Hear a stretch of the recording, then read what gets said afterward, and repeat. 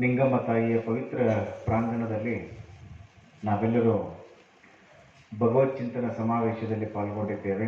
ಈ ಕಾರ್ಯಕ್ರಮದ ಪಾವನ ಸನ್ನಿಧಾನವನ್ನು ಅಲಂಕರಿಸಿರುವಂತಹ ಸರಳ ಸಜ್ಜನಿಕೆಯ ಸಾಕಾರ ಮೂರ್ತಿಗಳಾದ ಬೆಂಡವಾಡದ ಪೂಜ್ಯರಲ್ಲಿ ಶರಣಗಳನ್ನು ಹೇಳಿ, ಈ ಊರಿನ ಪರಮ ಪೂಜ್ಯರು ಅಪರೂಪದ ಯತಿವರೇಣ್ಯರಾದ ಅಭಿನವ ಧರೇಶ್ವರ ಸ್ವಾಮೀಜಿಯವರಲ್ಲಿ ಶರಣಗಳನ್ನು ಹೇಳಿ, ಗೋಕಾಕಿನ ಪರಮ ಪೂಜ್ಯ ಮಹಾಸ್ವಾಮೀಜಿಯವರಲ್ಲಿ ಶರಣಾರ್ಥಿಗಳನ್ನು ಸಲ್ಲಿಸಿ, ತಮಗೆಲ್ಲರಿಗೂ ಕೂಡ ಬೋಧಪ್ರದವಾದ ಚಿಂತನಪರ ಮಾತುಗಳನ್ನು ಹೇಳಿ ಇದೀಗ ತಾನೇ ತೆರಳುತ್ತಾ ಇರುವಂತಹ ಮಾತೋಶ್ರೀ ಸುವರ್ಣಮ್ಮ ತಾಯಿಯವರಲ್ಲಿ ಶರಣಗಳನ್ನು ಹೇಳಿ, ತಮಗೆಲ್ಲ ಚಿಂತನಪರ ಮಾತುಗಳನ್ನು ವಿಶೇಷವಾಗಿ ಹಂಚಿಕೊಂಡಿರುವಂತಹ ಕುಸುಗಲ್ಲಿನ ಪರಮ ಪೂಜ್ಯ ಮಹಾಸ್ವಾಮೀಜಿಯವರಲ್ಲಿ ಶರಣಾರ್ಥಿಗಳನ್ನು ಸಲ್ಲಿಸಿ, ಆರಂಭದಲ್ಲಿ ಮಾತನಾಡಿರುವಂತಹ ಅನುಭಾವಿಗಳಾದ ಸಿದ್ದಪ್ಪ ಸಂತರಲ್ಲಿ ಶರಣಗಳನ್ನು ಹೇಳಿ, ಅತ್ಯಂತ ಶ್ರದ್ಧಾಭಕ್ತಿ ಮೇಲೆ ಕುಳಿತುಕೊಂಡಿರುವಂತಹ ಎಲ್ಲ ಸುಮನಸ್ಕ ಶರಣ ತಂದೆ ತಾಯಿಗಳೇ, ಮುದ್ದು ಮಕ್ಕಳೇ, ತಮಗೆಲ್ಲ ಶರಣಾರ್ಥಿಗಳು.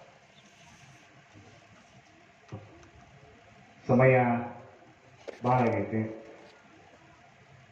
ಇನ್ನು ಎಷ್ಟರೇ ಮಾತಾಡ್ತಾರೆ ಸ್ವಾಮಿಗಳನ್ನು ಲೆಕ್ಕಗಳು ನೀವೆಲ್ಲ ಕೂತ್ಕೊಂಡಿರಿ. ಎಲ್ಲರಿಗೂ ಹಸಿವಾಗ್ಯಾವ. ಮಹಾತ್ಮ ಗಾಂಧೀಜಿಯವರು, ವಿವೇಕಾನಂದರು, ದೊಡ್ಡ ದೊಡ್ಡ ಮಹಾತ್ಮರೆಲ್ಲರೂ ಒಂದೇ ಮಾತನ್ನು ಯಾವಾಗಲೂ ಹೇಳೋರು, ಹಸಿದವ್ರ ಮುಂದೆ ಉಪದೇಶ ಮಾಡಬಾರದು ಅಂತ. ಈಗ ನೀವೆಲ್ಲರೂ ಸಮಯ ಬಹಳಷ್ಟು ಆಗಿರೋಣದರಿಂದ ತಾವೆಲ್ಲರೂ ಪ್ರಸಾದವನ್ನು ಸ್ವೀಕರಿಸಬೇಕು. ಆದರೂ ನಾವು ಅಷ್ಟು ದೂರದಿಂದ ಬಂದಿರೋ ಕಾರಣಕ್ಕಾಗಿ ಆದರೂ ಕೆಲವು ನಿಮಿಷಗಳವರೆಗೆ ನಾವೆಲ್ಲರೂ ಚಿಂತನೆಯನ್ನು ಮಾಡೋಣ. ಇವತ್ತು ಅತ್ಯಂತ ಅಪರೂಪವಾಗಿರುವಂತಹ ಒಂದು ವಿಷಯವನ್ನು ಚಿಂತನೆಗೆ ಇಟ್ಟಿದ್ದಾರೆ. ಭಗವತ್ ಚಿಂತನ ಅಂತ ಒಂದು ವಿಷಯ ಇರುತ್ತೆ. ದೇವರ ಕುರಿತಾಗಿ ಆರಾಧನೆಯನ್ನು ಮಾಡುವುದು, ದೇವರ ಕುರಿತಾಗಿ ಚಿಂತನೆಯನ್ನು ಮಾಡುವುದು, ದೇವರ ಕುರಿತಾಗಿ ನಾಮಸ್ಮರಣೆಯನ್ನು ಮಾಡುವುದು. ಹಂಗೆ ಮಾಡುವುದರಿಂದ ಏನಾಗ್ತದಪ್ಪ ಅನ್ನೋದ್ರ ಬಗ್ಗೆ ತರಹೇವಾರಿ ವಿಚಾರಗಳ ಕುರಿತಾಗಿ ಇಲ್ಲಿ ಎಲ್ಲ ಅನುಭಾವಿಗಳು, ಮಾತೋಶ್ರೀಗಳು ಚಿಂತನೆಯನ್ನು ಹಂಚಿಕೊಂಡಿದ್ದಾರೆ. ಯಾಕೆ ಪರಮಾತ್ಮನ ಚಿಂತನೆಯನ್ನು ಮಾಡಬೇಕು ಅಂದರೆ, ಸೈನ್ಸ್ ಏನು ಹೇಳ್ತದೆ ಅಂದರೆ, ನೀವು ಯಾವುದರ ವಿಚಾರವನ್ನು ಮಾಡ್ತೀರಲ್ಲ ನೀವು ಹಂಗಾಗಿಬಿಡ್ತೀರಿ. ನೀವು ಯಾವುದೇ ಒಬ್ಬ ವಿಜ್ಞಾನಿಯನ್ನು ಕೇಳಿ ನೋಡ್ರಿ, ನೀವು ಇವತ್ತು ಬಹಳ ದೊಡ್ಡ ಪ್ರಮಾಣದಲ್ಲಿ ಮನಃಶಾಸ್ತ್ರಜ್ಞರು, ಮನೋವೈದ್ಯರು ಬಹಳ ದೊಡ್ಡ ಪ್ರಮಾಣದಲ್ಲಿ ಕೆಲಸವನ್ನು ಮಾಡ್ತಾ ಇದ್ದಾರೆ. ಅಮೆರಿಕಾದಂತಹ ದೊಡ್ಡ ದೇಶಕ್ಕೆ ನೀವು ಹೋಗಿ ಅಲ್ಲಿ ಯಾರನ್ನಾದ್ರೂ ವಿಚಾರ ಮಾಡ್ರಿ, ನೀವು ಬಹಳ ದೊಡ್ಡ ಪ್ರಮಾಣದಲ್ಲಿ ಬೆಳೀತಾ ಇರುವಂತಹ ಒಂದು ವಿಷಯ ಏನು ಅಂದ್ರೆ ಮಾನಸಿಕ ರೋಗ. ಈಗ ನೀವೆಲ್ಲ ಕೂತ್ಕೊಂಡಿರಿ, ಎಲ್ಲ ಹಳ್ಳಿಯ ಜನ ನೀವು ಸದ್ಭಕ್ತರಿದ್ದೀರಿ. ನೀವು ಅಮೆರಿಕಾದೊಳಗೆ ಒಂದು ವರದಿ ತಯಾರು ಮಾಡ್ಯಾರ. ಈ ಒಮ್ಮೆ ಟಕ್ ಅಂತ ಹೇಳಿ ಎಲ್ಲರ ಮೊಬೈಲ್ಗಳು ಒಮ್ಮೆ ಬಂದ್ ಆಗಿಬಿಟ್ಟು ಅಂದ್ರೆ ಏನಾಗ್ತೈತಪ್ಪ? ಬಹಳ ಸಂಶೋಧನೆ ಮಾಡಿ ಒಬ್ರು ಬರ್ದಾರ, ಒಮ್ಮಿಂದೊಮ್ಮೆ ಎಲ್ಲರ ಕೈಯಾಗಿರುವಂತ ಮೊಬೈಲ್ಗಳು ಒಮ್ಮೆ ಬಂದ್ ಆಗಿಬಿಟ್ಟು ಅಂದ್ರೆ 160 ಮಂದಿಗೆ ಹುಚ್ಚಿಡಿತಿತ್ತಂತೆ. ಇನ್ನು 40 ಮಂದಿಗೆ ಹುಚ್ಚಿಡಿಯಂಗಿಲ್ಲ. ಯಾರಿಗೆ ಹುಚ್ಚಿಡಿಯಂಗಿಲ್ಲ ಅಂದ್ರೆ ಮೊಬೈಲ್ ಜಂಜಾಟದಿಂದ ಹೊರಗೆ ಬಂದು ಅಪ್ಪವ್ರ ಪ್ರವಚನ ಕೇಳ್ಬೇಕಂತ ತಿಳ್ಕೊಂಡು ಇಲ್ಲೆಲ್ಲ ಏನು ಬಂದು ಕೂತ್ಕೊಂಡಿರಲ್ಲ. ನಿಮ್ಮಂಥವ್ರಿಗೆ ಯಾರಿಗೂ ಹುಚ್ಚಿಡಿಯುವಂತ ಪ್ರಶ್ನೆನೇ ಬರಂಗಿಲ್ಲ. ನೀವೆಲ್ಲರೂ ಆರಾಮಾಗಿ ಇರ್ತೀರಿ. ಇದನ್ನ ನಾವು ಬಹಳ ಚೆನ್ನಾಗಿ ಅರ್ಥ ಮಾಡ್ಕೊಳ್ಬೇಕು. ಯಾಕೆ ಹೇಳಿ, ನೀವೆಲ್ಲರೂ ಭಗವತ್ ಚಿಂತನೆಯನ್ನು ಮಾಡಬೇಕು ಅನ್ನುವಂಥ ಹಿನ್ನೆಲೆಯಲ್ಲಿ ನೀವೆಲ್ಲ ಇಲ್ಲಿ ಕೂತ್ಕೊಂಡಿರಿ. ಸಮಯ ಬಹಳ ಆದ್ರೂ ಕೂಡ ಕೂತ್ಕೊಂಡಿರಿ. ದೇವರ ಕುರಿತಾಗಿ ಆರಾಧನೆಯನ್ನು ನಿರಂತರವಾಗಿ ನಾವು ಮಾಡಬೇಕು. ಹಂಗೆ ಮಾಡಿದರೆ ನಿಮ್ಗೆ ಏನಾಗ್ತದೆ ಅನ್ನೋದ್ರ ಬಗ್ಗೆ ನಾವು ಚಿಂತನೆಯನ್ನು ಮಾಡೋ ಕಾರಣಕ್ಕಾಗಿ ಇವತ್ತು ಒಂದು ಅದ್ಭುತವಾಗಿರುವಂತಹ ವಿಷಯವನ್ನು ಚಿಂತನೆಗೆ ಇಟ್ಕೊಂಡಿದ್ದಾರೆ. ಕೆಲವೇ ನಿಮಿಷಗಳಲ್ಲಿ ನನ್ನ ಮಾತುಗಳನ್ನು ನಾನು ಪೂರ್ಣಗೊಳಿಸ್ತೇನೆ. ಒಬ್ಬರು ಸ್ವಾಮಿಗಳಿದ್ರು, ಶಿಷ್ಯರನ್ನೆಲ್ಲ ಕರ್ಕೊಂಡು ಹೀಗೆ ಅಡ್ಡಾಡ್ಕೊಂತ ಹೊಂಟಿದ್ರು. ಕಾಡಿನೊಳಗೆ ಹೋಗ್ತಿರ್ಬೇಕಾದ ಸಂದರ್ಭದಲ್ಲಿ ಎಲ್ಲ ಶಿಷ್ಯರಿಗೆ ಹೇಳಿದ್ರು, ತಮ್ಮ ಯಾಕೋ ನನಗೆ ಧ್ಯಾನ ಮಾಡ್ಬೇಕು ಅನ್ಸಕತ್ತೈತಿ, ಗುರುಗಳ ಕುರಿತಾಗಿ, ದೇವರ ಕುರಿತಾಗಿ ನಾನು ಧ್ಯಾನ ಮಾಡ್ತೀನಿ ಅಂತ. ಶಿಷ್ಯರಂದ್ರು, ಅಪ್ಪ ಅವ್ರು ಇಂಥ ಕಾಡಿನೊಳಗೆ ಹೆಂಗೆ ಧ್ಯಾನ ಮಾಡ್ತೀರಿ? ಕಾಡು ಪ್ರಾಣಿಗಳೆಲ್ಲ ಬಂದವು ಅಂದ್ರೆ ಏನು ಮಾಡ್ತೀರಿ? ಅದಕ್ಕೆ ಬೇಡ್ರಿ, ಆಶ್ರಮಕ್ಕೆ ಹೋಗೋಣ, ಅಲ್ಲಿ ಕುತ್ಕೊಂಡು ನೀವು ಧ್ಯಾನ ಮಾಡಕ್ರಿ ಅಂತ ಶಿಷ್ಯರಂದ್ರು. ಇಲ್ಲ, ನಾ ಇಲ್ಲೇ ಧ್ಯಾನ ಮಾಡ್ಬೇಕಂತ ತಿಳ್ಕೊಂಡು ಅಲ್ಲೇ ಒಂದು ಕಲ್ಲು ಮೇಲೆ ಧ್ಯಾನ ಕುತ್ಕೊಂಡ್ ಬಿಟ್ರಿ. 10 ನಿಮಿಷ ಆಗಿರ್ಲಿಲ್ಲ, ಅಲ್ಲೊಂದು ಹುಲಿ ಬಂದ್ರಿ. ಆ ಹುಲಿ ಸಪ್ಪಳ ಯಾವಾಗ ಕೇಳಾಕೈತಲ್ಲ, ಗರ್ಜನೆಯ ಸದ್ದು ಯಾವಾಗ ಕೇಳಾಕೈತಲ್ಲ, ಶಿಷ್ಯರೆಲ್ಲರೂ ಅಂದ್ರು ಇದು ಪಕ್ಕ ಹುಲಿ ಸಪ್ಪಳನ ಅದ, ಇದು ಹುಲಿ ಗರ್ಜನೆನೇ ಅದ, ಇದು ಹಿಂಗ ಬಿಟ್ಟು ಬಂದ್ರೆ ನಮ್ಮನ್ನು ತಿಂತೈತಿ, ಅಪ್ಪಗಳು ತಿಂದು ಬಿಡ್ತೈತಿ ಅಂತ ತಿಳ್ಕೊಂಡು ಅಪ್ಪಗಳನ್ನ ಎಬ್ಸಾಕ್ ಹೋದ್ರು. ಅಪ್ಪಗಳು ಹೇಳಿಲ್ರಿ. ಅಪ್ಪಗಳ ಹೇಳ್ರಿ ಹೇಳ್ರಿ ಹೇಳ್ರಿ ಅಂತ ತಿಳ್ಕೊಂಡು ಶಿಷ್ಯರು ಎಬ್ಸಕ್ ಹೋದ್ರು ಅವ್ರು ಹೇಳಿಲ್ಲ. ಯಾಕಂದ್ರೆ ದೇವರ ಚಿಂತನೆ ಒಳಗೆ ಲೀನ್ ಆಗಿಬಿಟ್ಟಾರ ಅವರು. ಇನ್ನು ಹಿಂಗ ಬಿಟ್ರೆ ನಮ್ಮನ್ನು ಹುಲಿ ತಿಂದು ಬಿಡ್ತೈತೆ ಅಂತ ತಿಳ್ಕೊಂಡು ಎಲ್ಲರೂ ಗಿಡ ಏರಿ ಕುತ್ಕೊಂಡು ಬಿಟ್ರು. ಹುಲಿ ಬಂದ್ರಿ ಅವ್ರಿಗೆ ಏನೋ ಮಾಡ್ಲಿಲ್ರಿ, ಅಲ್ಲೇ ಕುಳಿತುಕೊಳ್ತು. ಒಂದ್ 10 ನಿಮಿಷ ಹೆಂಗ ಎದ್ದು ಹೋಗ್ಬಿಡ್ತೀರ. ಅರ್ಧ ತಾಸು ಆದ್ಮೇಲೆ ಸ್ವಾಮಿಗಳ ಕಣ್ಣು ತೆಗೆದು ನೋಡ್ತಾರೆ. ಎಲ್ಲ ಎಲ್ಲಿದ್ರು ಶಿಶು ಮಕ್ಕಳ ಅಂತ ತಿಳ್ಕೊಂಡು ನೋಡಿದ್ರು. ಅಪ್ಪ ಅವ್ರ ಇಲ್ಲಿದ್ದೀವ್ರಿ, ಗಿಡದಾಗಿದ್ದೀವ್ರಿ. ಅಲ್ಲೇ ಕೇರಿ ಕೂತಿರೋ ತಮ್ಮ ಅಂದ್ರು. ಏನಿಲ್ರಿ, ಒಂದ್ ದೊಡ್ಡ ಹುಲಿ ಬಂದಿತ್ತು, ಹೆಚ್ಚು ಕಡಿಮೆ ಆಗಿದ್ರೆ ನಿಮ್ಮನ್ನು ತಿಂದ ಬಿಡ್ತಿತ್ತು, ನಮ್ಮನ್ನು ತಿಂದದ ಅಂತ ತಿಳ್ಕೊಂಡು ಗಿಡ ಏರಿ ಕೂತ್ಕೊಂಡಿವಿ. ಮತ್ತೆ ಹೌದ್ರಿ, ನಿಮ್ಮ ಸ್ವಾಮಿಗಳು ಮಹಾತ್ಮರ ಬೆನ್ನ ಹತ್ರ ಮುಕ್ತಿ ಸಿಗತೈತೆ ಅಂತ ತಿಳ್ಕೊಂಡು ಹೇಳ್ತಾರೆ. ಹೆಚ್ಚು ಕಡಿಮೆ ಆಗಿದ್ರೆ ನಮ್ಮ ಮನೆ ಮೂರ ಬಟ್ಟಿನ ಹಾಕಿತ್ತು. ಯಾಕಂದ್ರೆ ನಿಮ್ಗೆ ಹೆಂಡ್ರು ಇಲ್ಲ, ಮಕ್ಕಳು ಇಲ್ಲ, ನಮ್ಗೆ ಎಲ್ಲರೂ ಅದಾರ. ನಮ್ಮನ್ನ ಏನಾದ್ರು ಹುಲಿ ತಿಂದಿತ್ತು ಅಂದ್ರೆ ಏನ್ ಮಾಡಿದ್ರಿ, ನಿಮ್ ಬೆನ್ನ ಹತ್ತಿ ಬಂದೀವಿ ನಾವ್ರೆ ಅಂತ ತಿಳ್ಕೊಂಡು ಹಿಂಗೆ ಬೇಕೋತ ಗಿಡದಾಗ ಕೊಟ್ಟಿದ್ರು. ಅವರು ಏರಿ ಚೆನ್ನಾಗಿ ಅಂತ ತಿಳ್ಕೊಂಡು ನಿಂತಿದ್ರು. ಅವ್ರನ್ನ ನಡ್ಕೋತ ಮುಂದೆ ಹೊಟ್ಟಿದ್ರು. ಒಂದು ಸಣ್ಣ ಗುಂಗಿ ಹೊಳ ಕುಯ್ ಅಂತ ಕಿವಿ ಹತ್ರ ಬರ್ತಿತ್ತು. ಪಟ್ ಹಿಂಗ್ ಹೊಡ್ಕೊಳ್ಳೋರು, ಮತ್ತೆ ಈ ಕಡೆ ಬರ್ತಿತ್ತು, ಮತ್ತೆ ಹೊಡ್ಕೊಳ್ಳೋರು. ಸಿಕ್ಕಾಪಟ್ಟಿ ಕಡಾಕೈತಿ ಒಂದು ಸಣ್ಣ ಗುಂಗಿ ಹುಳ. ಇವ್ರ ಶಿಷ್ಯರ 4 ಮಂದಿ ಇದ್ರಲ್ಲ, ಹೆಗಲ ಮೇಲೆ ಟವಲ್ ತಗೊಂಡು ಆ ಗುಂಗಿ ಹುಳ ಓಡಿಸ್ಬೇಕಂದ್ರೆ ಸಾಕಾಗಿ ಹೋಗ್ಬಿಡಿದ್ರಿ. ಆ ಗುಂಗಿ ಹುಳ ಓಡಿ ಹೋದ್ಮೇಲೆ ಒಬ್ಬ ಶಿಷ್ಯ ಭಾಳ ಶಾನೆ ಇದ್ದ. ಅವ್ನ ಪ್ರಶ್ನೆ ಕೇಳ್ದ. ಅಪ್ಪ ಅವ್ರು ನಿಮ್ಮ ಪ್ರಶ್ನೆ ಕೇಳಪ್ಪ, ಹಿಂದೆ ನೀವು ಧ್ಯಾನಕ್ಕೆ ಕೂತ್ಕೊಂಡಾಗ ದೊಡ್ಡ ಹುಲಿ ಬಂದ್ರು ನಿಮ್ಗೆ ಏನೂ ಮಾಡ್ಲಿಲ್ಲ, ಈಗ ಸಣ್ಣ ಗುಂಗಿ ಹುಳ ಯಾಕೆ ಇಷ್ಟು ಕಾಡಾಕತ್ತೈತ್ರಿ ನಿಮ್ಮನ್ನ ಅಂತ ಪ್ರಶ್ನೆ ಕೇಳಿದ. ಅವಾಗ ಗುರುಗಳು ಹೇಳಿದ್ರು, ಹಿಂದೆ ನಾ ಧ್ಯಾನಕ್ಕೆ ಕೂತ್ಕೊಂಡಾಗ ದೊಡ್ಡ ಹುಲಿ ಬಂದ್ರು ನನಗೆ ಯಾಕೆ ಏನೂ ಮಾಡ್ಲಿಲ್ಲ ಅಂದ್ರೆ ಆಗ ನಾ ದೇವ್ರ ಜೊತೆಗಿದ್ನಪ್ಪ. ಈಗ ಸಣ್ಣ ಗುಂಗಿ ಹುಳ ಯಾಕೆ ಇಷ್ಟು ಕಾಡಾಕತ್ತೈತಿ ಅಂದ್ರೆ ಈಗ ನಾ ನಿಮ್ಮ ಜೊತೆ ಅದನ್ನಪ್ಪ, ಅದಕ್ಕೆ ಕಾಡಾಕತ್ತೈತಿ ಅಂತ ಹೇಳಿದ್ರಂತ. ಇದ್ರ ಅರ್ಥ ಏನ್ರಿ? ನೀವು ದೇವರೊಂದಿಗೆ ಒಂದು ತಾದಾತ್ಮ್ಯ ಭಾವನೆಯಿಂದ ನೀವು ಸಿಂಕ್ರನೈಸೇಷನ್ ಅಂತ ನಾವು ಕರಿತೀವಿ. ಅಂತ ಒಂದು ಏಕತಾನತೆಯನ್ನು ನೀವು ಸಾಧಿಸಿದಾಗ ನಿಮ್ಮಲ್ಲಿ ಶಕ್ತಿ ಬಹಳ ದೊಡ್ಡ ಪ್ರಮಾಣದಲ್ಲಿ ಜಾಗೃತಿ ಆಗ್ತದೆ. ದೇವರ ಕುರಿತಾಗಿ ನೀವು ಯಾಕೆ ಚಿಂತನೆ ಮಾಡಬೇಕು ಅಂದ್ರೆ, ಸೈನ್ಸ್ ಏನ್ ಹೇಳ್ತೈತಿ ಅಂದ್ರೆ, ಮನುಷ್ಯ ಮಂಗ್ಯನ ಕುರಿತಾಗಿ ವಿಚಾರ ಮಾಡಕತ್ತಂದ್ರ ಮಂಗ್ಯನ ಹಾಕ್ತಾನ. ಮನುಷ್ಯ ನಾಯಿ ಕುರಿತಾಗಿ ಬಹಳ ವಿಚಾರ ಮಾಡ್ಕೋತ ಕೂತಂದ್ರ ನಾಯಿನ ಆಗಿಬಿಡ್ತಾನ. ಮನುಷ್ಯ ಹದ್ದಿನ ಕುರಿತಾಗಿ ಬಹಳ ವಿಚಾರ ಮಾಡಕತ್ತಂದ್ರ ಹಾರಾಡುವಂತ ಹದ್ದ ಆಗಿಬಿಡ್ತಾನ. ಅದಕ್ಕೆ ನಮಗೆ ಎಲ್ಲಾ ಮಹಾತ್ಮರೆಲ್ಲ ಹೇಳಿದ್ರು, ನೀವು ಯಾವ ಕುರಿತಾಗಿ ಚಿಂತನೆ ಮಾಡ್ತೀರಿ ನೀವು ಹಂಗ ಆಗ್ತಾ ಇರೋದ್ರಿಂದ ನೀವು ದೇವರ ಕುರಿತಾಗಿ ನಾಮಸ್ಮರಣೆಯನ್ನು ಮಾಡ್ಕೊಂತ ಹೊರಟು ಬಿಟ್ರಿ ಅಂದ್ರೆ ನೀವು ದೇವರ ಆಗಿಬಿಡ್ತೀರಿ. ಇಷ್ಟೇ, ಇದ್ರೊಳಗೇನು ಬಹಳ ವಿಶೇಷವಾಗಿರುವಂತ ವಿಶೇಷ ಸಂಗತಿ ಏನೂ ಇಲ್ಲ ಇಲ್ಲಿ. ಇದರ ಬಗ್ಗೆ ನಾವು ಚಿಂತನೆ ಮಾಡಬೇಕು ಅನ್ನೋ ಕಾರಣಕ್ಕಾಗಿ ಕಟಕಬಾವಿ ಅನ್ನುವಂತ ಸಣ್ಣ ಹಳ್ಳಿಯೊಳಗೆ ನೀವೆಲ್ಲರೂ ದೊಡ್ಡ ಪ್ರಮಾಣದಲ್ಲಿ ಈ ಕಾರ್ಯಕ್ರಮವನ್ನು, ಜಾತ್ರಾ ಮಹೋತ್ಸವ ಹೆಂಗ್ ಮಾಡೋದಪ್ಪ ಅಂದ್ರೆ, ಸುಮ್ಮನೆ ನೀವು ಊಟ ಮಾಡಿ ಹುಗ್ಗಿ ಹೊಡೆದು ಹೋಗುದು ಅಂತಲ್ಲ, ಎಲ್ಲರೂ ನಾವು ತಲೆ ಮೇಲೆ ನಡಿಗೆನೂ ಊಟ ಮಾಡೋಣ್ರಿ, ಒಲಿ ಮೇಲೆ ನಡಿಗೆ ಊಟ ಮಾಡೋದಿದ್ದೇ ಇರ್ತೈತಿ ಅಂತ ಹೇಳಿ ಇಲ್ಲೆಲ್ಲ ಟ್ರಸ್ಟ್ ಕಮಿಟಿ ಅವ್ರ ನೋಡ್ರಿ ಭಾಳ ಚಲೋ ಕೆಲಸ ಮಾಡಕತ್ತ. ಒಲಿ ಮೇಲಿನ ಅಡಿಗೆ ನೀವು ಊಟ ಮಾಡಿದ್ರಿ ಅಂದ್ರೆ 4 ತಾಸು ಮಾತ್ರ ನಿಮಗೆ ಸಂತೃಪ್ತಿ ಸಿಗ್ತದೆ. ಅದಕ್ಕೆ ಅವರೆಲ್ಲ ಏನ್ ವಿಚಾರ ಮಾಡಿದ್ರು ಅಂದ್ರೆ, ಹಿಂಗಾಗೋದು ಬ್ಯಾಡಿದ್ರು. ತಾಯಿ ತನ್ನ ಮಗಗೆ ಆರಾಮಿರ್ಲಾರ್ದಾಗ ಡಾಕ್ಟರ್ ಹತ್ರ ಕರ್ಕೊಂಡು ಹೋಗ್ತಾಳೆ. ಡಾಕ್ಟರ್ ಚೆಕ್ ಮಾಡಿ 6 ಗುಳಿಗೆ 3 ಡೋಸ್ ಕೊಡ್ತಾರೆ, ಮುಂಜಾನೆ ಒಂದು ಸಂಜೆಗೆ ಒಂದು. 10 ವರ್ಷದ ಹುಡುಗರು ಮನೆಗೆ ಕರ್ಕೊಂಡು ಬಂದು ತಾಯಿ ಅನ್ನ ಹಾಲು ಊಟ ಮಾಡಿಸಿ ಗುಳಿಗೆ ತೋರು ತಮ್ಮ ಅಂತಾಳ. ಆ ಹುಡುಗ ಗುಳಿಗೆ ನುಂಗಂಗಿಲ್ಲ. ಯಾಕೆ ನುಂಗಂಗಿಲ್ಲ ಅಂದ್ರೆ ಗುಳಿಗೆ ಕೈ ಐತಂತ ನುಂಗಂಗಿಲ್ಲ. ಅದಕ್ಕೆ ತಾಯಿ ಒಳಗೆ ಹೋಗಿ ಐಡಿಯಾ ಮಾಡ್ತಾಳ, ಹಿಂಗಾದ್ರೆ ನನ್ನ ಮಗನ ಹೊಟ್ಟಿಗೆ ಗುಳಿಗೆ ಹೋಗಂಗಿಲ್ಲ, ಅವ್ನು ನುಂಗಂಗಿಲ್ಲ ಅಂತೇಳಿ ಚಹಾ ಕಾಸಿ ಚಹಾದೊಳಗೆ ಗುಳಿಗೆ ಹಾಕಿ ಕರಗಿಸಿ, ಅಪ್ಪಿ ಗುಳಿಗೆ ತಗೋಲಿಲ್ಲ ಚಿಂತಿಲ್ಲ, ಚಹಾನೇ ಕುಡಿ ಅಂತ 10 ವರ್ಷದ ಹುಡುಗ ಚಹಾ ಕುಡಿತಾನೆ. ತಾಯಿ ಮರಿ ನಿಂತ್ಕೊಂಡು ನೋಡಿ ಖುಷಿ ಪಡ್ತಾಳೆ, ನನ್ನ ಮಗನ ಹೊಟ್ಟೆಯಾಗಿ ಹಿಂಗರೆ ಗುಳಿಗೆ ಹೊಂಟೈತಲ್ಲ ಅಂತ ಹೇಳಿ. ಇಲ್ಲೆಲ್ಲ ಟ್ರಸ್ಟ್ ಕಮಿಟಿ ಅವರೆಲ್ಲ ಹಿರಿಯರು ಏನದಾರಲ್ಲ ಎಷ್ಟು ಶಾನ್ಯದಾರ ಅಂದ್ರೆ, ನಿಂಗಮ್ಮ ತಾಯಿಯ ಜಾತ್ರಾ ಮಹೋತ್ಸವನ ಸುಮ್ಮನೆ ನಾವು ಹುಗ್ಗಿ ಹೊಡೆದು ಹೋಗಿಬಿಟ್ಟಿವಿ ಅಂದ್ರೆ ಎಲ್ಲಾ ಮಂದಿಗೆ ಚಹಾ ಕುಡಿಸಿದಂಗೆ ಆಕೈತಿ. ಮಹಾತ್ಮರನ್ನು ಕರೆಸಿ 4 ಮಾತುಗಳನ್ನು ಹೇಳುವುದರಿಂದ ಚಹಾದೊಳಗೆ ಗುಳಿಗೆ ಹಾಕಿ ನಾವು ಜನರಿಗೆ ಕೊಡೋಣ ಅಂತ ತಿಳ್ಕೊಂಡು ಈ ಕಾರ್ಯಕ್ರಮವನ್ನು ಮಾಡಕತ್ತಾರ ಅಂತ ನನಗೆ ಬಹಳ ಖುಷಿ ಆಗುತ್ತೆ. ನೋಡ್ರಿ, ಮಹಾತ್ಮರು, ಶರಣರು, ಸಂತರು ಇವರೆಲ್ಲರೂ ದೊಡ್ಡ ದೊಡ್ಡ ವ್ಯಕ್ತಿಗಳಾಗಿ ಯಾವಾಗಲೂ ಕೂಡ ತಮ್ಮ ಮನಸ್ಸನ್ನು ಸ್ಟೇಬಲ್ ಆಗಿ ಇಟ್ಟುಕೊಂಡ್ರು, ಒಂದೇ ತರ ಇಟ್ಟುಕೊಂಡ್ರು. ಯಾಕೆ ಇಟ್ಟುಕೊಂಡ್ರು ಅಂದ್ರೆ ಅವ್ರು ನಿರಂತರವಾಗಿ ದೇವರ ಕುರಿತಾಗಿ ಚಿಂತನೆ ಮಾಡುತ್ತಿದ್ರು, ದೇವರ ಕುರಿತಾಗಿ ಆರಾಧನೆಯನ್ನು ಮಾಡ್ತಿದ್ರು. ನಿಮಗೆಲ್ಲ ಅಕ್ಬರನ ಕಥೆ ಗೊತ್ತಿರಬೇಕು.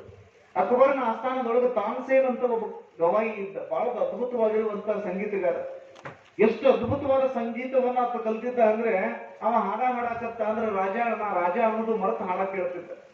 ಒಂದ್ಸರಿ ಮುಂದೆ ಕುಂಟಿಸ್ಕೊಂಡು ತಾನ್ಸೇನ್ ಕೇಳಿದ್ರೆ, ಎಷ್ಟು ಚಲೋ ಹಾಡ ಹಾಡ್ತೀಯಪ್ಪ ನೀ ಹಾಡ ಹಾಡೋದನ್ನ ಕೇಳಿದ್ರೆ ನನಗೆ ಬಹಳ ಖುಷಿ ಆಗುತ್ತಲ್ಲೋ, ನಿನಗೆ ಯಾವರೇ ಗುರುಗಳು ಕಲಿಸ್ಯಾರ, ಎಷ್ಟು ಚಲೋ ಹಾಡ ಹಾಡ್ತೀಯ ಅಂದಾಗ ತಾನ್ಸೇನ್ ಅಂದ, ಇಲ್ರಿ ನಮ್ಮ ಗುರು ಒಬ್ಬರದಾರ ಹರಿದಾಸ್ ಅಂತದಾರ, ನಾ ಹಾಡ ಹಾಡೋದನ್ನ ಕೇಳಿದ್ರೇನ ಇಷ್ಟು ಖುಷಿ ಪಡ್ತೀರಿ, ನನ್ನ ಗುರುಗಳ ಹಾಡ ಹಾಡೋದನ್ನ ಕೇಳಿದ್ರೆ ನೀವು ಬಹಳ ಆನಂದ ತುಂಬಿದರಾಗಿ ನಿಮ್ಮನ್ನು ನೀವು ಮರೆತು ಬಿಡ್ತೀರಿ ಅಂತ ತಿಳ್ಕೊಂಡು ಅಂದಾಗ ಅಕ್ಬರ್ ರಾಜ ಅಂದ, ಹಂಗಿದ್ರೆ ನಿಮ್ ಗುರುಗಳನ್ನ ಕರೆಸು ಆಸ್ಥಾನಕ್ಕ, ಅವರಿಂದ ಹಾಡುಗಳನ್ನ ಕೇಳೋನು, ಆಮೇಲೆ ಅವರಿಗೆ ಬಂಗಾರದ ಹೂವುಗಳಿಂದ ಅಭಿಷೇಕ ಮಾಡೋನು ಅಂತಂದ. ಆವಾಗ ತಾನ್ಸೇನ್ ಒಂದು ಮಾತು ಹೇಳಿ, ಯಾವಾಗ ಬೇಕಾದಾಗ ಎಲ್ಲಿ ಬೇಕಾದಲ್ಲಿ ಬಂದು ಹಾಡ ಹಾಡಕ್ಕೆ ಅವ್ರನ್ನೇನು ತಾನ್ಸೇನ್ ಮಾಡಿದ್ರಿ ಅಂದ್ರೆ ನನಗ ಬಯಕೆಗಳದಾವ, ಮನ್ನನೆಯ ದಾಹ ಅದ, ಬಂಧನೆಯ ಮೋಹ ನನಗದ, ನನಗೆ ಬೇಕು ಬೇಕು ಅನ್ನುವಂತ ಭಾವನೆ ಐತಿ. ಅದಕ್ಕೆ ನೀವು ಎಲ್ಲಿ ಕರಿತೀರಿ ಅಲ್ಲಿ ಬಂದು ನಾನು ಹಾಡ ಹಾಡ್ತೀನಿ. ನನ್ನ ಗುರುಗಳಿಗೆ ಅದು ಏನೂ ಇಲ್ಲ. ಅವ್ರು ಹಾಡ ಹಾಡೋದನ್ನ ನೀವು ಕೇಳಬೇಕಾಗಿತ್ತು ಅಂದ್ರೆ ಅವ್ರು ಎಲ್ಲಿ ಬೇಕಾದಲ್ಲಿ ಬಂದು ಹಾಡಂಗಿಲ್ಲ. ಅವ್ರ ಕುಟೀರದೊಳಗೆ ಯಾವಾಗ ಹಾಡ ಹಾಡ್ತಾರಲ್ಲ ಅವಾಗ ನಾವು ಹೋಗ್ಬೇಕು. ಹಂಗಿದ್ರೆ ಯಾವಾಗ ಹಾಡ ಹಾಡ್ತಾರ ಅವ್ರು? ಇದು ಬಹಳ ಮಜಬೂತಾದ ಪ್ರಶ್ನೆ ಇದು. ಆಕಳು ದುಬ್ಬದ ಮೇಲೆ ಕೂತು ಹಿಂಡ್ರೆ ಹಿಂಡಂಗಿಲ್ಲ. ನೀವು ಕೆಳಗೆ ಕೊಂಡಿರ್ಬೇಕು, ಯಾವ ಯಾವ ಯಾವ ಅನ್ಬೇಕಲ್ಲ ಆಕಳಿಗೆ. ಎಮ್ಮಿ ದುಬ್ಬದ ಮೇಲೆ ಕೂತು ಹಿಂಡ್ರೆ ಹಿಂಡ್ತೈತೆ ಅಂದ್ರೆ ನಾವು ಊರಾಗ ದೊಡ್ಡ ಶ್ರೀಮಂತದೀನಿ ಅಂತ ತಿಳ್ಕೊಂಡು ನೀವು ಎಮ್ಮಿ ದುಬ್ಬದ ಮೇಲೆ ಕೂತು ಹಿಂಡ್ರೆ ಯಾವ ಎಮ್ಮಿನ ನೀವು ಹಿಂಡಂಗಿಲ್ಲ. ನೀವು ಕೆಳಗೆ ಕೂತು ಹಿಂಡಬೇಕು. ಅದಕ್ಕೆ ಬಸವಣ್ಣ ಅವ್ರು ಏನಂದ್ರು, ಕೀಳಿಂದಲ್ಲದೆ ಹೈನು ಕರೆಯುವುದೇ ಅಂತ ಪ್ರಶ್ನೆ ಕೇಳಿದ್ರು. ನಿಮಗೆ ದೊಡ್ಡದಾಗಿರುವಂತದ್ದು ಏನಾದ್ರೂ ಸಿಗಬೇಕಾಗಿತ್ತು ಅಂದ್ರೆ ನೀವು ಕೆಳಗೆ ಕುತ್ಕೊಳ್ಳೋದನ್ನ ಕಲಿಬೇಕು. ನನ್ನ ಗುರುಗಳ ಹಾಡುಗಳನ್ನು ನೀವು ಕೇಳಬೇಕಾಗಿತ್ತು ಅಂದ್ರೆ ಎಲ್ಲಿ ಬೇಕಾದಲ್ಲಿ ಬಂದು ಹಾಡಂಗಿಲ್ಲ. ಅವರು ಅಲ್ಲೇ ಒಂದು ಕುಟೀರದೊಳಗೆ ಹಾಡ ಹಾಡ್ತಿರ್ತಾರೆ, ಅಲ್ಲಿ ಹೋಗಿ ಕೇಳಬೇಕು. ಆದ್ರೆ ಯಾವಾಗ ಹಾಡ್ತಾರ ಅವರು? ಅಕ್ಬರ್ ಕೇಳಿದ 3 ಗಂಟೆಗೆ ಹಾಡ ಹಾಡ್ತಾರೆ. ಹಂಗಿದ್ರೆ ಮಧ್ಯಾಹ್ನ ಊಟ ಮಾಡೋ ನಾವು ಕುದ್ರಿ ನೀವು ಕುದ್ರಿ ಏರಿ ಹೋಗ್ಬಿಡೋಣ. ಮಧ್ಯಾಹ್ನ 3 ಅಲ್ರಿ ಮರಾಯ, ಮುಂಜಾನೆ 3 ಗಂಟೆಗೆ ಹಾಡ ಹಾಡ್ತಾರ ನಮ್ಮ ಗುರುಗಳು. ಇದು ಬಹಳ ವಿಶೇಷವಾದ ಸಂಗತಿ ಇದು. ಇಲ್ಲಿ ತುಮಕೂರಿನೊಳಗೆ ಸಿದ್ಧಗಂಗೆಯ ಸ್ವಾಮಿಗಳಂತ ಒಬ್ರು ಆಗಿ ಹೋದ್ರು, ನಿಮಗೆಲ್ಲ ಗೊತ್ತದ. ಅವ್ರು ಎಷ್ಟು ವರ್ಷ ಬದುಕಿದ್ರು ಗೊತ್ತದ ನಿಮಗೆ? 111-12 ವರ್ಷ ಬದುಕಿದ್ರು ನೀವು. ಅವ್ರಿಗೆ ಯಾಕೆ ಆ ಶಕ್ತಿ ಬಂತು ಅಂದ್ರೆ ಮುಂಜಾನೆ 3 ಗಂಟೆಗೆ ಅವ್ರ ದಿನಚರಿ ಆರಂಭ ಆಗ್ತಿತ್ತು. ಯಾಕೆ ನೀವು ಮುಂಜಾನೆ ಜಲ್ದಿ ಹೇಳೋದ್ರಿಂದ ನಿಮ್ಮ ಆಯುಷ್ಯ ಹೆಚ್ಚಾಗ್ತದೆ ಅಂದ್ರೆ ಮುಂಜಾನೆ 3:30ಯಿಂದ ಈ ಒಂದು ಪ್ರಕೃತಿ ಒಳಗೆ ಕಾಸ್ಮಿಕ್ ಎನರ್ಜಿ ಅಂತ ನಾವೇನಂತೀವಲ್ಲ, ಅದು ಹೈಯೆಸ್ಟ್ ಲೆವೆಲ್ ಅಲ್ಲಿ ಫ್ಲೋ ಆಗ್ತಿರ್ತದೆ. ನೀವು ಆ ಸಂದರ್ಭದೊಳಗೆ ಸಾವಕಾಶವಾಗಿ ಉಸಿರಾಟವನ್ನು ಮಾಡುವುದರಿಂದ ನಿಮ್ಮ ದೇಹಕ್ಕೆ ಬಹಳ ದೊಡ್ಡದಾಗಿರುವಂತ ಲಾಭ ಆಗ್ತದೆ. ನಿಮಗೆ ಯಾರ್ಯಾರಿಗೆ ರೋಗಗಳದಾವಲ್ಲ, ನೀವೆಲ್ಲರೂ ಒಂದೇ ಚಿಂತನೆ ಮಾಡಬೇಕು, ದೇವರು ನಮ್ಮ ಕೈ ಹಿಡಿತಾನ ಅನ್ನುವಂತ ಒಂದು ನಂಬಿಕೆಯೊಳಗೆ ಮುಂಜಾನೆ ನೀವು ಜಲ್ದಿ ಎದ್ದು ನೀವು ದೇವರ ಆರಾಧನೆಯನ್ನು ನೀವು ತೊಡಗಿ ಬಿಟ್ರಿ ಅಂದ್ರೆ ನಿಮಗೆ ಅಪಮೃತ್ಯುಗಳು ಕಾಣಂಗಿಲ್ಲ ಅಂತ ಬಸವಾದಿ ಶರಣರು ಹೇಳ್ತಾರೆ. ನಿಮ್ಗೆ ಯಾವ ಕಾರಣಕ್ಕೂ ಅಪಮೃತ್ಯುಗಳಾಗಂಗಿಲ್ಲ, ನಡು ನೀವು ಸತ್ತು ಹೋಗಂಗಿಲ್ಲ. ನಿಮ್ಮ ಜೀವನವನ್ನು ಪೂರ್ಣವಾಗಿ ನೀವು ಯಾವಾಗ ಸಾಯಬೇಕು ಅನ್ನೋದು ನಿಮಗೆ ಗೊತ್ತಾಗ್ತದೆ. ನಿಮಗೆಲ್ಲ ಕಬೀರದಾಸರ ಕಥೆ ಗೊತ್ತಿರಬೇಕು. 13-14ನೇ ಶತಮಾನದೊಳಗೆ ವಾರಣಾಸಿ ಒಳಗಿದ್ರು, ಕರ್ನಾಟಕದೊಳಗೆ ಒಬ್ರು ಕಬೀರದಾಸರು ಇದ್ರು, ಸಿದ್ಧಾರೂಢರ ಕಾಲಕ್ಕೆ. ಅವರಲ್ಲ ಇವರು ದೋಹೆಗಳನ್ನು ಬರೆದಿರುವಂತ ಕಬೀರದಾಸರು ತೀರ್ಕೊಂಡಿದ್ರು. ಅವ್ರನ್ನ ಹೊತ್ಕೊಂಡು ಹೊಂಟಿದ್ರು ಎಲ್ಲರೂ. ರಾಮ ನಾಮ ಸತ್ಯ ಹೈ ಅಂತ ತಿಳ್ಕೊಂಡು ಹಿಂದೂಗಳೆಲ್ಲ ಬೆನ್ನು ಹತ್ತಿದ್ರು, ಮುಸ್ಲಿಮರು ಅವ್ರ ಭಕ್ತರಿದ್ರು, ಅವ್ರು ತಲೆ ಒಂದು ಬಿಳಿ ಅರಿಕೆ ಕಟ್ಕೊಂಡು ಅವರು ಬೆನ್ನು ಹತ್ತಿದ್ರು. ಅವ್ರು ಹೆಣ ತಗೊಂಡು ಬರ್ತಿದ್ರೆ ಅವ್ರು ಹಿಂಗ ಬರೋದಕ್ಕೆ ಆ ಕಡೆಯಿಂದ ಒಬ್ಬ ಹೆಣ್ಮಗಳು ತನ್ನ ಮಗಳನ್ನ ಗಂಡನ ಮನೆಗೆ ಕಳಿಸ್ಬೇಕಂತ ಕೈಯಾಗ ಕೈ ಚೀಲ ಹಿಡ್ಕೊಂಡು ಹಾಕಿ ಬಂದರು. ಇವ್ರು ಹೆಣ ಏನು ನೋಡಿದ್ದಲ್ಲ, ಹೆಣ್ಮಗಳು ಹಾಕ್ಯಂದ್ಲು, ಈ ಸ್ವಾಮಿ ಇವತ್ತು ಸಾಯ್ಬೇಕ, ಅದು ನನ್ನ ಮಗಳನ್ನ ಗಂಡನ ಮನೆಗೆ ಕಳ್ಸಕ್ ಹೋಗೋ ದಿವಸ ಸಾಯ್ಬೇಕ ಈ ಸ್ವಾಮಿ, ನಾಳೆ ಸತ್ರ ನಡೀತಿರ್ಲಿಲ್ಲ. ಇಷ್ಟ ಅಂದ್ ಬಿಟ್ಟಿಲ್ರಿ ಕಬೀರದಾಸರು. ಎದ್ದು ಕೂತರು. ಇಳಿಸ್ರು ನನ್ನಂದ್ರು. ನಿಮ್ಗೆ ತಿಳಿತೇ ಇಲ್ಲ. ನೀವ್ ಯಾರ ಸತ್ತಾಗ ಹೊತ್ಕೊಂಡು ಹೋಗುವಾಗ ಸತ್ತಾಗ ಎದ್ದು ಕೂತವ್ರು ಏನಾಕತಿ? ಮತ್ತೇನಾಕತಿ? ಹೊತ್ಕೊಂಡವ್ರು ಕುಣಿದಿದ್ದೆ ಆಕತಿ. ಯಾರು ಹೊತ್ಕೊಂಡಿರ್ತಾರಲ್ಲ ಅವ್ರ 5 ವರ್ಷ ಸಾಯ್ತಾರ, ಆ ಲೆಕ್ಕಕ್ಕೆ ಬಂದ್ಬಿಡ್ತದ. ಕಬೀರದಾಸರು ಎದ್ದು ಕೂತಂದ್ರು, ಇವತ್ತು ನಾ ಸಾಯುವುದರಿಂದ ಆ ತಾಯಿಗೆ ತನ್ನ ಮಗಳನ್ನ ಗಂಡನ ಮನೆಗೆ ಕಳ್ಸಾಕ್ ಹೋಗೋಕೆ ತೊಂದರೆ ಆಗ್ತೈತಿ ಅಂದ್ರೆ ಇವತ್ತು ನಾ ಸತ್ತಿಲ್ರೋ ತಮ್ಮ, ನಾಳೆ ಇದೇ ಟೈಮ್ನಾಗ ಮತ್ತೆ ನಾ ಸಾಯ್ತೀನಿ, ಮತ್ತೆ ನಾನು ಒಯ್ಯಾಕ್ ಬರ್ರಿ ಅಂತ ತಿಳ್ಕೊಂಡು ಹೇಳಿದವ್ರು ಯಾರಂದ್ರೆ ಕಬೀರದಾಸರು ಅವರು. ಎಂತ ಅಪರೂಪದ ಸಂತರು ನೋಡಿ.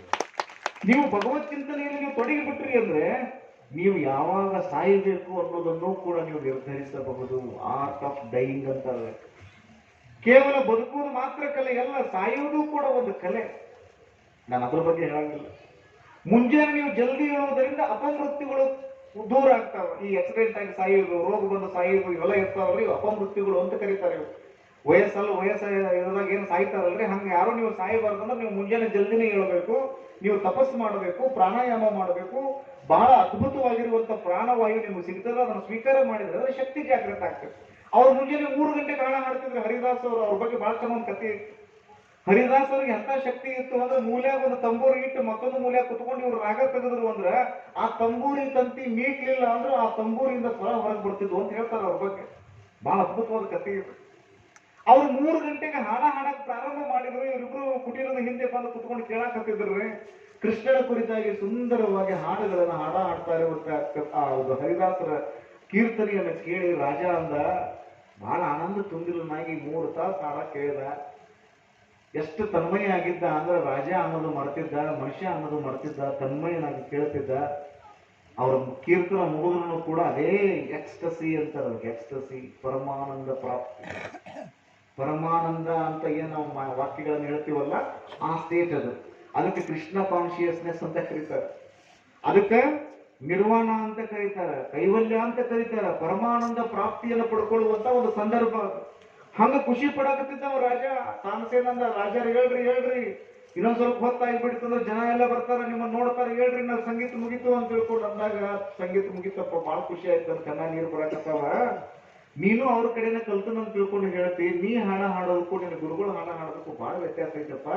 ಅವ್ರ ಪಾದ ಧೂಳಿಗೂ ನೀನು ಸಮ ಆಗಂಗಿಲ್ಲ, ನಿನಗ್ಯಾಕೆ ಆ ಶಕ್ತಿ ಬಂದಿಲ್ಲ ಅಂತ ತಿಳ್ಕೊಂಡು ಅಕ್ಬರ್ ತಾನಸೇನ ನನಗೆ ಕೇಳಿದಾಗ ತಾನಸೇನ ಹೇಳ್ದ, ನನಗೆ ಯಾಕೆ ಆ ಶಕ್ತಿ ಬಂದಿಲ್ಲ ಅಂದ್ರೆ ನಮ್ಮ ಗುರುಗಳು ದೇವ್ರ ಸಲುವಾಗಿ ಹಾಡ ಹಾಡ್ತಾರ, ನಾನು ನಿಮ್ಮ ಸಲುವಾಗಿ ಹಾಡ ಹಾಡ್ತೀನಿ.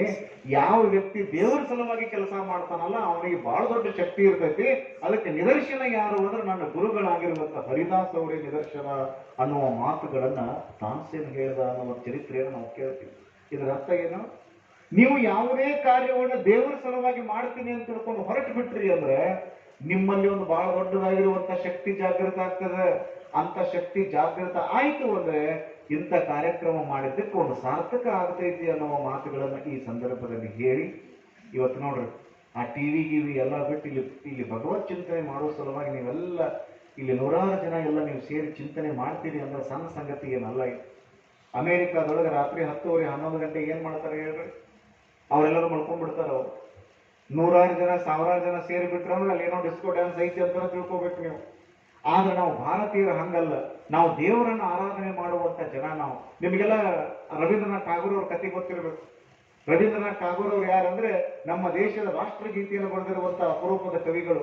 ವಿಶ್ವದೊಳಗೆ ಯಾರೂ ಮಾಡದೇ ಇರುವಂತ ಸಾಧನೆ ಏನು ಮಾಡಿದ್ರು ಅಂದ್ರೆ 2 ದೇಶಗಳ ರಾಷ್ಟ್ರಗೀತೆಯನ್ನು ಬರೆದಿರುವಂತಹ ವಿಶ್ವದ ಏಕೈಕ ಕವಿ ಯಾರು ಅಂದ್ರೆ ರವೀಂದ್ರನಾಥ್ ಠಾಗೂರ್ ಅವರು. ಒಂದು ಭಾರತ ದೇಶದ್ದು, ಇನ್ನೊಂದು ಬಾಂಗ್ಲಾದೇಶದ್ದು. ಅವ್ರನ್ನ ಇಂಗ್ಲೆಂಡ್ನಲ್ಲಿ ಕರೆದ್ರು ಅವ್ರನ್ನ. ಯಾಕಂದ್ರೆ ಅವರು ಬಂಗಾಳದವರು ಇರೋದ್ರಿಂದ ಅವರ ಮಾತುಗಳನ್ನ, ಅವರ ಹಾಡುಗಳನ್ನ ಬಾಂಗ್ಲಾದೇಶದವರು ಕೂಡ ರಾಷ್ಟ್ರಗೀತೆಯನ್ನು ಮಾಡಿಕೊಟ್ರು. ಬಹಳ ಅಪರೂಪವಾಗಿರುವಂತ ಒಬ್ಬ ವಿಶ್ವಕವಿ. ಗೀತಾಂಜಲಿ ಅಂತ ಒಂದು ಗ್ರಂಥ ನೀವೆಲ್ಲ ಓದ್ಬೇಕು. ಇಂಗ್ಲೆಂಡ್ದವ್ರು ಏನ್ ವಿಚಾರ ಮಾಡಿದ್ರು ಅಂದ್ರೆ, ರವೀಂದ್ರನಾಥ್ ಠಾಗೂರ್ ಅವ್ರು ನಮ್ಮ ಊರಿಗೆ ಬರ್ತಾರ ಅಂದ್ಮೇಲೆ ಅವ್ರನ್ನ ವಿಶೇಷವಾಗಿ ಸ್ವಾಗತ ಮಾಡೋಣ ಅಂತೇಳಿ 10 ವರ್ಷದ ಹುಡುಗಿ ಕೈಯಾಗ ಒಂದು ಗುಲಾಬಿ ಹೂ ಕೊಟ್ಟು, ತಂಗಿ ಗಾಡಿ ಬಿಟ್ಕೊಂಡು ಜಟಾ ಬಿಟ್ಕೊಂಡು ಒಬ್ರು ಅಜ್ಜ ಬರ್ತಾರ, ಅವ್ರು ವೇದಿಕೆ ಮೇಲೆ ಬಂದು ಕೂತ ತಕ್ಷಣ ನೀ ಅಲ್ಲಿ ಹೋಗಬೇಕು. Sir welcome to England, I love India ಅಂತ ಹೇಳಿ ಗುಲಾಬಿ ಹೂ ಕೊಡ್ಬೇಕಾ ತಂಗಿ ಅಂತ ಹೇಳಿದ್ರು. ಸಣ್ಣ ಹುಡುಗಿ ಭಾಳ ಚೆನ್ನಾಗಿದ್ರಿ. ಅವ್ರು ಹೆಂಗೆ ಯಾರು ಹಂಗೆ ಕಲ್ತ್ಕೊಳ್ರಿ. ಭಾರತದ ಬಗ್ಗೆ ಒಂದು ಹೇಳಿದ್ರೆ ಈಗ ತಿಳ್ಕೊಂಡ್ಬಿಟ್ಲೆ. ಈ ಸಣ್ಣ ಹುಡುಗರು ಭಾಳ ಚೆನ್ನಾಗಿರ್ತಾರೆ. ನಾ ಸಣ್ಣಾಗಿದ್ದಾಗ ಒಂದು ಕತೆ ಕೇಳ್ತೀನಿ. ಒಬ್ರು ಯಾರೋ ಸ್ವಾಮಿಗಳು ಒಂದು ಊರಿಗೆ ಪ್ರವಚನಕ್ಕೆ ಹೋಗಿದ್ರು. ಒಂದೊಂದು ತಿಂಗಳು ಪ್ರವಚನ ನಡೀತಿದ್ರೆ ಅಲ್ಲಿ ಹೋಗಿದ್ರು ಅವ್ರ ಸ್ವಾಮಿಗಳು. ಒಂದು ಪತ್ರ ಬರ್ತಾರೆ ಅವ್ರ ಮಠಕ್ಕೆ. ಆ ಪತ್ರ ಎಲ್ಲಿ ಹಾಕ್ಬೇಕಂದ್ರೆ ಪೋಸ್ಟ್ ಬಾಕ್ಸ್ನಾಗ ಹಾಕ್ಬೇಕಲ್ಲ. ಇವತ್ತಿನಂಗೆ ಯಾರಿಗೂ ಮೊಬೈಲ್ ಇರಲಿಲ್ಲ ಅವಾಗ. ಒಂದು ಪೋಸ್ಟ್ ಬಾಕ್ಸ್ನಾಗ ಪತ್ರ ಹಾಕ್ಬೇಕಾಗಿತ್ತಲ್ಲ. ಆ ಪೋಸ್ಟ್ ಬಾಕ್ಸ್ ಅಲ್ಲಿ ಇದ್ರು ಅವ್ರಿಗೆ ಗೊತ್ತಿರ್ಲಿಲ್ಲ. ಅವ್ರ ಪತ್ರ ಬರೋದು ಮಠದಿಂದ ಎಲ್ಲಿ ರಾಕ್ ಕೊಟ್ಟಿದ್ರಲ್ಲ, ಮಠದಿಂದ ಹೊರಗೆ ಬಂದ್ರು ಅವರು. ಎಲ್ಲಿ ಪೋಸ್ಟ್ ಬಾಕ್ಸ್ ಐತೆ ಅಂತ ತಿಳ್ಕೊಂಡು ನೋಡಕಂದ್ರು ಎಲ್ಲಿ ಸಿಗಲಿಲ್ಲ. 10 ವರ್ಷದ ಒಬ್ಬ ಸಣ್ಣ ಹುಡುಗಿದ್ದ. ಅವ್ನು ಕೇಳಿದ್ರು, ತಮ್ಮ ಇಲ್ಲಿ ಪೋಸ್ಟ್ ಬಾಕ್ಸ್ ಅಲ್ಲಿ ಇಲ್ಲಿ ಬರೀ ಅದರ ಕರ್ಕೊಂಡು ಹೋಗ್ಕೊಂಡು ಅಂತ ತಿಳ್ಕೊಂಡು ಕರ್ಕೊಂಡು ಹೋಗಿ ಇತ್ತು ಹಾಕಿದ. ಸ್ವಾಮಿಗಳು ಅಂದ್ರು, ಎಷ್ಟು ಶಾನೆ ಆಗಿಯೋ ತಮ್ಮ ನೀನು, ನಿಮ್ಮ ಊರಾಗ ಪ್ರವಚನ ಹೇಳಕ್ ಬಂದಿನಿ ನಾನು, ಮತ್ತು ಸಾಯಂಕಾಲ ಪ್ರವಚನಕ್ಕೆ ನೀವು ಬರ್ಬೇಕಪ್ಪ. 10 ವರ್ಷದ ಹುಡುಗ ಕೇಳಿದ, ಯಾವ ವಿಷಯದ ಮೇಲೆ ಪ್ರವಚನ ಹೇಳ್ತಿದ್ದ ಅಜ್ಜಾರ? ನಾ ಸ್ವರ್ಗಕ್ಕೆ ಹೆಂಗ್ ಹೋಗೋದು ಅನ್ನೋದ್ರ ಬಗ್ಗೆ ನಾ ಪ್ರವಚನ ಹೇಳ್ತೀನಿ, ನೀವು ಬರ್ಬೇಕಾ ತಮ್ಮ? ನಾ ಬರಂಗಿಲ್ರಿ, ನಾವು 10 ವರ್ಷ ಹುಡುಗ ಭಾಳ ಚೆನ್ನಾಗಿದ್ದೀರ, 60 ಅಲ್ರಿ, 6ನೇ ಜನರೇಷನ್ ಅಲ್ಲ. ನಾನು ನಿಮ್ಮ ಪ್ರವಚನಕ್ಕೆ ಬರಂಗಿಲ್ರಿ ಅಪ್ಪಗಳನ್ನ. ಯಾಕೆ ಗೊತ್ತಮ್ಮ? ಅಲ್ರಿ ನಮ್ಮ ಊರಾಗಿನ ಪೋಸ್ಟ್ ಬಾಕ್ಸಿಗೆ ಹೋಗೋ ದಾರಿನೇ ಗೊತ್ತಿಲ್ಲ ನಿಮ್ಗೆ, ಸ್ವರ್ಗಕ್ಕೆ ಹೋಗೋ ದಾರಿ ಏನು ಹೇಳ್ತೀರಿ ನೀವು? ನಾ ಬರಂಗಿಲ್ಲ. ಸಣ್ಣ ಹುಡುಗರು ಭಾಳ ಚೆನ್ನಾಗಿರ್ತಾವ್ರಿ, ನಿಮ್ಗೆ ಗೊತ್ತಿರಲಿಲ್ಲ. ನಮಗೇನೋ ಮೊಬೈಲ್ಗಳು ಗೊತ್ತಿರಂಗಿಲ್ಲ, ಆದ್ರೆ ಸಣ್ಣ ಸಣ್ಣ ಹುಡುಗರಿಗೆಲ್ಲ ಗೊತ್ತಿರ್ತೈತಿ ಮೊಬೈಲ್ನೊಳಗೆ. ಆ ಹುಡುಗಿ ಭಾಳ ಚೆನ್ನಾಗಿದೆ. ಆ ಕಾರ್ಯಕ್ರಮದ ಟೈಮ್ ಬಂತು. ರವೀಂದ್ರನಾಥ್ ಠಾಗೂರ್ ಅವರು ಗಂಭೀರವಾದ ಹೆಜ್ಜೆಗಳನ್ನು ಇಟ್ಕೊಂತ ವೇದಿಕೆ ಮೇಲೆ ಬಂದು ಕೂತ್ಕೊಂಡ್ರು. ಆ ಹುಡುಗಿಗೆ ಹೇಳಿದ್ರು, ಹೋಗಿ ನಿಮ್ಮ ಮೇಲೆ. ಪುಟ್ಟ ಹೆಜ್ಜೆಗಳನ್ನು ಇಟ್ಕೊಂಡು ನೀಟಾದ ಡ್ರೆಸ್ ಮಾಡ್ಕೊಂಡಿರುವಂತ ಸಣ್ಣ ಹುಡುಗಿ ಬಂದು, sir welcome to England, I love India ಅಂತ ಹೇಳಿ ಗುಲಾಬಿಗೆ ಕೂಡ. ಬ್ಯಾರೆ ಯಾರೇ ಆಗಿದ್ರೆ ಗುಲಾಬಿ ತಗೊಂಡು ಸುಮ್ಮನೆ ಕೊಂಡಿರ್ತಾರೆ, ಥ್ಯಾಂಕ್ ಯು ಅಂತ ಹೇಳಿ. ರವೀಂದ್ರನಾಥ್ ಠಾಗೂರ್ ಅವರು ಅಂದ್ರು, oh thank you very much, come on tell me why do you love India ಅಂತ ಪ್ರಶ್ನೆ ಕೇಳಿ. ನನಗೆ ಗುಲಾಬಿ ಹೂ ಕೊಟ್ಟು ಬಹಳ ಖುಷಿ ಆಯ್ತವ. ಭಾರತವನ್ನು ಪ್ರೀತಿ ಮಾಡ್ತೀನಿ ಅಂತ ತಿಳ್ಕೊಂಡು ಹೇಳ್ತೀಯಲ್ಲ, ಭಾರತವನ್ನು ಯಾಕೆ ಪ್ರೀತಿ ಮಾಡ್ತೀವಿ ಅಂತ ಪ್ರಶ್ನೆ ಕೇಳ್ಬಿಟ್ರಿ ಸಂಘಟಕರಿಗೆ. ದಸಕಂತ್ರಿ ಈ ಪ್ರಶ್ನೆ ಕೇಳ್ತಾರಂತ ತಿಳ್ಕೊಂಡು ಗೊತ್ತೇ ಇರಲಿಲ್ಲ. ಎಲ್ಲ ಕೂತಾರ ಸಂಘಟಕರು, ಇವರೆಲ್ಲರೂ ನಾವು ಬಂದು ಹೋಗ್ಮಟ ಸಮಾಧಾನ ಇರಂಗಿಲ್ಲ ಅವ್ರಿಗೆ. ನಾವು ಜಗುಣಿಸಿದ ಇಲ್ಲಿ ಬರ್ಬೇಕಾದ್ರೆ ಜೊತೆಗೊಂಡ್ರು 4 ಸರಿ ಫೋನ್ ಮಾಡ್ತಾರೆ, ಅಪ್ಪರ ಎಲ್ಲಿ ಬಂದ್ರಿ?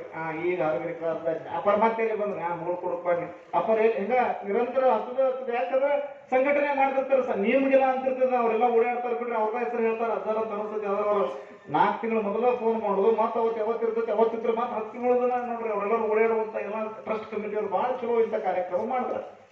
ಆ ಸಂಘಟಕರು ಇದು ಯಾಕೆ ದಸಕಂತು ಅಂದ್ರೆ ಈ ಹುಡುಗಿ ಏನಾರ ತಪ್ಪು ಉತ್ತರ ಹೇಳಿದ್ಲ ಮರ ಏನಾರ ಅಪರ ಮಾಡಿಲ್ಲ ಅಂದ್ರೆ ಅವ್ರಿಗೆ ಅಗೌರವ ಆಗ್ಬೋದಲ್ಲ. ಅವ್ರ ಹೃದಯ ಬಾಯಿಗೆ ಬಂದಿತ್ತು. ಅವರಂದ್ರು ಏನ್ ಹೇಳ್ತಾಳೆ ಹುಡುಗಿ, ಏನ್ ಹೇಳ್ತಾಳಂತೆ? 10 ವರ್ಷದ ಹುಡುಗಿ ಅಂದಲಿಲ್ಲ, ಅಳಕಲಿಲ್ಲ. ಸರ್, ನಾನು ಭಾರತವನ್ನು ಯಾಕೆ ಪ್ರೀತಿ ಮಾಡ್ತೀನಿ ಅಂದ್ರೆ ಭಾರತೀಯರ ದೇವರನ್ನು ಪ್ರೀತಿ ಮಾಡ್ತಾರ, ಅದಕ್ಕೆ ನಾನು ಭಾರತೀಯರನ್ನ ಪ್ರೀತಿ ಮಾಡ್ತೀನಿ ಅಂತ ಹೇಳಿಲ್ಲ. ಕಣ್ ಹೇಳಿಲ್ಲ. ನಾವು ಭಾರತೀಯರು ದೇವರನ್ನ ಪ್ರೀತಿ ಮಾಡುವಂಥವ್ರು, ನಾವು ಭಾರತೀಯರು ದೇವರನ್ನ ಆರಾಧನೆ ಮಾಡುವಂಥವ್ರು, ದೇವರ ಚಿಂತನೆಯನ್ನು ಮಾಡುವಂಥವ್ರು. ಅದಕ್ಕೆ ಭಗವತ್ ಚಿಂತನ ಅನ್ನುವಂತಹ ಒಂದು ಅಪರೂಪವಾಗಿರುವಂತಹ ವಿಷಯದ ಕುರಿತಾಗಿ ಇಲ್ಲಿ ಚಿಂತನೆಯನ್ನ ಮಾಡಿದ್ದಾರೆ. ಬಹಳ ಸಮಯ ಆಗಿರೋದ್ರಿಂದ ಇನ್ನೂ ಪೂಜ್ಯರು ಮಾತನಾಡಬೇಕಾಗಿರೋದ್ರಿಂದ ನಿಮ್ಮನ್ನೆಲ್ಲ ನೋಡಿ ನನಗೆ ಬಹಳ ಖುಷಿ ಆಯಿತು. ಒಂದು ಮಾತನ್ನು ಬಹಳ ಸ್ಪಷ್ಟವಾಗಿ ತಿಳ್ಕೊಳ್ರಿ. ನೀವು ಅದನ್ನೇ ಹೇಳಿದ್ನಲ್ಲ, ನೀವು ಯಾವ ರೀತಿ ಆಲೋಚನೆಯನ್ನು ಮಾಡ್ತೀರಲ್ಲ ಹಂಗೆ ನೀವು ಆಗ್ತೀರಿ. ಯಾವ ರೀತಿ ಆಲೋಚನೆಗಳನ್ನು ನಿರಂತರವಾಗಿ ನೀವು ಮಾಡ್ಕೋತ ಹೋಗ್ತಿರಲ್ಲ ಹಂಗೆ ನೀವು ಆಗೋದು. ನೀವು ಮಹಾತ್ಮರ ಬಗ್ಗೆ ನೀವು ಚಿಂತನೆ ಮಾಡ್ಕೋತ ಹೊಂಟೆ ಅಂದ್ರೆ ನೀವು ಮಹಾತ್ಮರಾಗ್ತೀರಿ. ನೀವು ಬೇಕಾದ್ರೆ ಟ್ರೈ ಮಾಡಿ ನೋಡ್ರಿ. 21 ದಿನ ನೀವು ಯಾವ ಕೆಲಸವನ್ನು ಮಾಡ್ತೀರಲ್ಲ ಆ ಕೆಲಸ ಏನಾಗ್ತೈತೆ ಅಂದ್ರೆ ಹವ್ಯಾಸ ಆಗ್ತದೆ. 42 ದಿನ ಅದೇ ಕೆಲಸ ನೀವು ಮಾಡ್ಕೋತ ಹೋಗಿಬಿಟ್ರಿ ಅಂದ್ರೆ ಅದೊಂದು ಚಟ ಆಗಿ ಮಾರ್ಪಾಟ ಆಗಿಬಿಡ್ತದೆ. ಅದನ್ನ ನೀವು 66 ದಿನ ನೀವು ಮಾಡಿಬಿಟ್ರಿ ಅಂದ್ರೆ ನೀವು ಅದಕ್ಕೆ ಅಡಿಕ್ಷನ್ ಅಂತ ಕರಿತೀವಿ ನಾವು. ಅದಕ್ಕೆ ನೀವು ಅಂಟುಕೊಂಡು ಬಿಡ್ತೀರಿ. ಎಷ್ಟರ ಮಟ್ಟಿಗೆ ಅಂಟುಕೊಂಡು ಬಿಡ್ತೀರಿ ಅಂದ್ರೆ ನಿಮ್ಮ ರಕ್ತದ ಕಣದಲ್ಲಿನೂ ಕೂಡ ಆ ಕ್ರಿಯೆ ಅನುರಣಿಸ್ತಾನೇ ಇರ್ತದೆ 66 ದಿನ.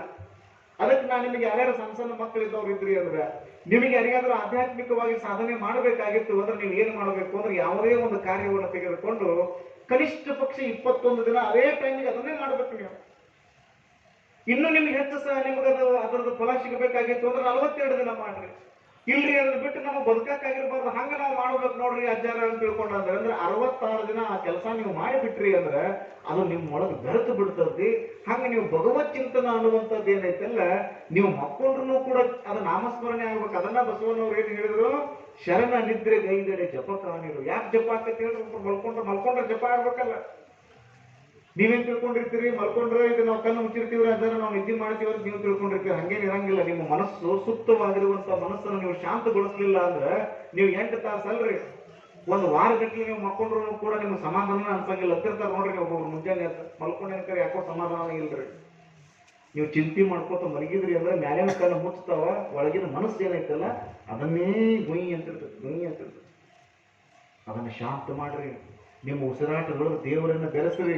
ಒಂದು ಸಾರಿ ನಿಮ್ಮ ಉಸಿರಾಟದೊಳಗೆ ದೇವರನ್ನ ಬೆರೆಸ್ಬಿಟ್ರಿ ಅಂದ್ರೆ ನೀವು ನಿದ್ದೆ ಮಾಡಿದ್ರೂ ಕೂಡ ಚಿಂತನೆ ಮಾಡಿದಂಗ ಆಗ್ತದ. ಅದೇ ಶರಣ ನಿದ್ರೆಗೈದರೆ ಜಪ ಕಾಣಿರೋ, ಶರಣ ನೆದ್ದು ಕುಳಿತರೆ ಶಿವರಾತ್ರಿ ಕಾಣಿರೋ. ಫ್ಯಾಂಟಾಸ್ಟಿಕ್ ಆಗಿರುವಂತ ಒಂದು ಫಿಲಾಸಫಿ ನಮ್ಮಲ್ಲಿ ಇರೋದ್ರಿಂದ ನೀವೆಲ್ಲರೂ ಆ ಚಿಂತನೆಯನ್ನ ಮಾಡ್ರಿ ಅನ್ನುವ ಮಾತುಗಳನ್ನ ಈ ಸಂದರ್ಭದಲ್ಲಿ ಹೇಳಿ, ಆ ಎಲ್ಲ ಟಿವಿ ಬಿಟ್ಟು ಎಲ್ಲ ಇವತ್ತು ರವಿವಾರ ಅಲ್ಲ, ಇವತ್ತು ಟಿವಿ ಬಿಟ್ಟು ಬಂದಿರೋದ್ರೆ ಭಾಳ ಗಟ್ಟಿ ಮಂದಿ ನೀವು. ಮತ್ತೆ ಹಂಗೆ ನೋಡ್ರಿ.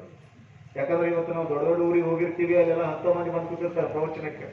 ಇವತ್ತು ನೋಡ್ರಿ ಸಣ್ಣ ಹಳ್ಳಿಗಳು ಇಷ್ಟೆಲ್ಲ ಜನ ನೀವು ಬಂದು ಕೂತ್ಕೊಂಡು ಪ್ರವಚನ ಕೇಳ್ತೀರಿ ಅಂದ್ರೆ ಆ ಟಿವಿ ಗುಂಬು ಬಿಟ್ಟು ಹೊರಗೆ ಬಂದಿರೋದು. ಧಾರವಾಡದೊಳಗೆ ಒಂದು ಕೌನ್ಸ್ ಬರ್ತಾಗಿತ್ತು. ಅಲ್ಲಿ ಯಾರು ಫಸ್ಟ್ ಬರ್ತಾರಲ್ಲ 10 ಲಕ್ಷ ರೂಪಾಯಿ ಬಹುಮಾನ ಇಟ್ಟಿದ್ರು. ಬೆಂಗಳೂರಿಂದ, ಬೀದರ್ದಿಂದ, ಬಳ್ಳಾರಿಯಿಂದ, ಬೆಳಗಾವಿಯಿಂದ ಎಲ್ಲಾ ಕಡೆಯಿಂದ ಮಂದಿ ಬಂದಿದ್ರು. ಎಲ್ಲ ತರಹೇವಾರಿ ಕವನಗಳನ್ನು ಓದಿದ್ರು.